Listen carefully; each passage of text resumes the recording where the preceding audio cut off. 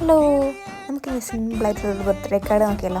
അതിനോട് ഞാനൊരു കട്ടിയുള്ളൊരു ബ്രൗൺ പേപ്പറാണ് എടുത്തത്. നമ്മൾ കടയിൽ ഡ്രസ്സൊക്കെ വാങ്ങി കിട്ടുന്നൊരു ബ്രൗൺ പേപ്പറിൻ്റെ ഒരു പീസ് എന്നിട്ട് അത് എടുത്തിട്ട് അതിന് 4 സൈഡൊന്ന് ഷേപ്പാക്കി കൊടുക്കുന്നുണ്ട്.